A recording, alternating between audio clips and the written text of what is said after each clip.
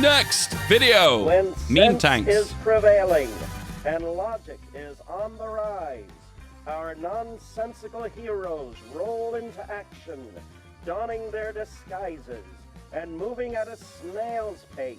They flail into action. They are the meme tanks. This is super relevant because we've got the tank designer right now. We are making these tanks. We are making them. So we'll play a game right now. It's called Have You Made This Tank? This dumb design that I'm about to show you that was actually a historical tank. Did you actually make that tank in HOI4? Let's find out. What is that? What the fuck is that? This first one isn't technically a separate tank. It's actually just a panther in a costume, but the story behind it is pretty funny. In 1944, in the lead-up to Operation Watch on the Rhine, that would come to be known as the Battle of the Bulge, Adolf Hitler ordered the creation of a special German commando unit that was to use Allied uniforms and equipment to impersonate American soldiers and cause confusion behind the lines via switching around road signs and other various forms of sabotage. The specifics of this operation, known as Operation Grief, or Griffin in German, were the brainchild of SS Commando Otto Skürzni. Okay. Isn't this against the Geneva Convention? Dressing up as your enemy? I feel like I'm hearing a lot about that in the news recently with the Ukraine-Russia stuff. Literal German war crimes. I guess I shouldn't be surprised, really.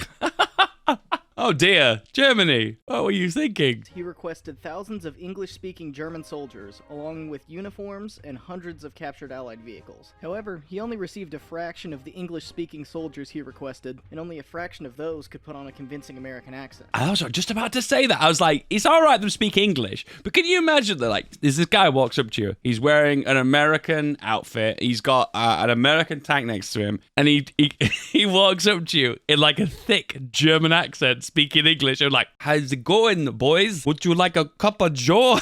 I can't even imagine how it would even sound. Like, the two Americans like look at each other like. He also only got a handful of vehicles out of the numbers he requested, including only two Oh, M4 God. Shermans that were in a state of disrepair. To remedy this problem, Skürzni opted to disguise around 10 Panther Gs as American M10 tank destroyers called the Ersatz, or False Panther. At least I think that's what that means. From what I can tell, it doesn't translate well. If anybody speaks German and knows a better translation, let me know. This was achieved by welding metal sheeting onto the Panther and removing its commander's cupola, essentially blinding the commander, to mimic the body of an M10 tank destroyer. And it does look sort of convincing. The problem is that there is no way to cover up or alter the suspension, which looks nothing like the M10's horizontal bogie suspension, or to cover up the width of the tracks, which are much greater than that on an M10. Also, the M10... Hang on a minute, I thought it's pronounced bogey. He called it bogey. I've been calling it bogey and people have been correcting me. Not have a muzzle brake, and the Panther had to retain its obviously German muzzle brake to have the gun still safely recoil. So if this tank is approaching an Allied tank, the first thing the American tankers are going to see is the obvious German muzzle brake before they even see the disguise, which in and of itself, with all those things stated, is not too terribly convincing. I mean, look at it. An American tanker's gonna know that that is not on their side. The Germans also had to put markings on the tanks to signal to other German vehicles that they were friendly, most notably a yellow triangle on the rear of the tank, and the American tankers, upon not recognizing this symbol, would probably become suspicious. In action, the Ersatz Panther did not perform very well. In less than 2 days, the attack bogged down before they could capture any of their objectives, due to the 1st SS not linking up with them at their starting point. After this, Skürzni made a request that the unit operate as a normal panzer brigade, essentially abandoning the mission, and 5 of the Panther M10s were destroyed before the operation concluded. Skürzny's deception unit, though, was able to cause some confusion behind enemy lines, and a few friendly fire incidents between American soldiers. So his deceptive operations were not a complete failure, but this Panther nonsense definitely was. And now it only really lives on as one of those stupid premium tanks in World of Tanks. And in the real world, no M10 Panthers survive to this day.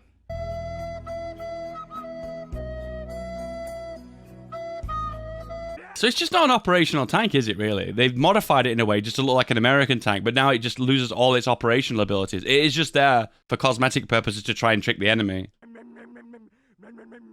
Next are the mine flail tanks employed by the British. Wow! How original! This design was actually an idea of a British South African soldier named Abraham de Troyes in 1941, and they eventually become one of the more popular variants in Hobart's Funnies. The flails were initially put onto Matilda II tanks and used in North Africa to some success. On the Matilda, the flail was powered by a separate engine housed in a box on the side of the hull that was operated by an additional crew member from within the box. And to the guys who had to crew that position sitting next to a hot running engine, inside a metal box in the deserts of Africa, hats off to you, because that sounds like arguably the worst job of the war. This concept did have a few flaws though. When running, the Flail would kick up huge amounts of dust that would blind the crews to where they didn't know where they were going. But it also blinded German guns in the form of a kind of smoke screen, so that wasn't all bad.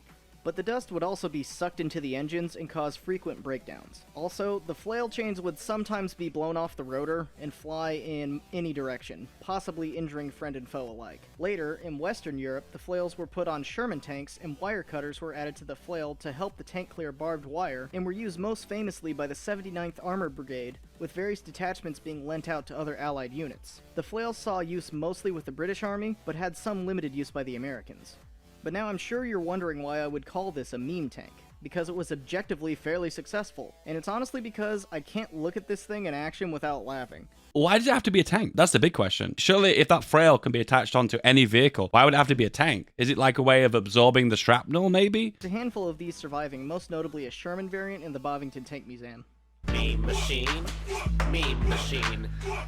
The mouse. Yeah, this is what you came for. The be-all, end-all meme machine. The mouse is what you get when you follow the German-Soviet heavy tank dick measuring contest to Hitler's overcompensating conclusion. This massive, nearly 200-ton vehicle was what was supposed to come after the Tiger II before super heavy tank production was halted by Speer. The prototypes that were created are a testament to Hitler's mentality that large mobile steel bunkers would change Germany's fortunes in the war. His opinions were most likely colored by his experiences of the first implementation of tanks by the British in World War I that he came into contact with firsthand. So put into the context of Hitler's experience, this tank makes a lot of sense, but in the context of the reality of World War II, which was a very mobile combined arms war, where Germany no longer had air superiority, it makes absolutely no sense. In reality, if deployed, this thing would be a large, slow-moving target and easy pickings for Allied fighter bombers, or something that ground troops could just maneuver around.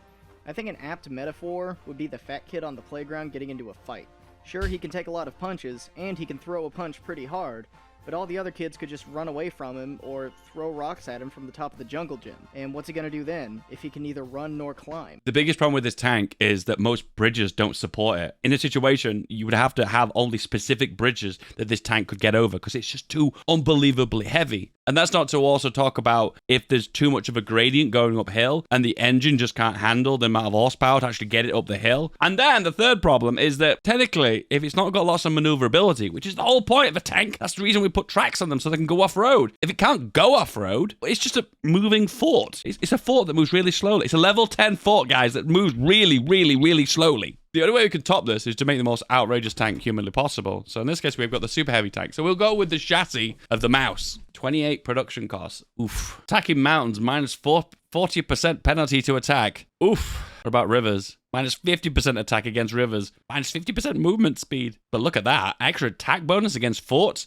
That's actually one of the hidden bonuses of heavier tanks. The heavy tanks have them, and the super heavies really have them. This is a fort buster. Good luck pushing into anything that isn't plains or desert. The super heavy tank chassis, 28 production cost just for the hull. And we have a special turret. We have the super heavy turret. 3-man turret has a hard attack. I guess it would make sense though. The more people operate in this, the better, I guess. Look at it. It looks like a brick. It's just a rectangular brick. And advanced anti-air gun. Interweaved road wheels. That's right, road wheels. Because this isn't going off anything other than roads, right? Of course, cast armor, because we want to maximize the amount of armor. 127. The petro-electric... No, wait. Not the petro-electric engine. The gas turbine. Oh, yeah. Speed. I am speed. Now we whack on the most glorious engine possible. Does it need extra armor? I think not. Advanced radio. Oh, no, I've just realized. I can't make this amphibious. That's what I wanted to do. Okay, never mind. Scratch that. We'll go modern tank. Oh, you can put the super heavy cannon on a modern tank. Oh, shit. But you have to make it a fixed superstructure. That's interesting. Wow. What is this model? Medium. Advanced anti-air gun. Interweave road wheels. Cast armor. Gas turbine. Speed! To be honest with you guys, out of all the tank designs in the game, the very, very best is the modern tank. It has the best of everything. And then we have advanced radio. Communication is key. Amphibious drive, that's right. It's going to go on water. It's a boat. And then might as well go for auto loader and smoke launchers and then make it amphibious. The design can have more than 0 amphibious drives. I think I broke it. I broke it, guys. That's a bug. That would be the monstrosity of the boat tank modern with an anti-air gun and a turbo gas turbine engine. That's my meme tank. I hope you enjoy this reaction video. Boom. You love this video? Well, this one you're going to love even more.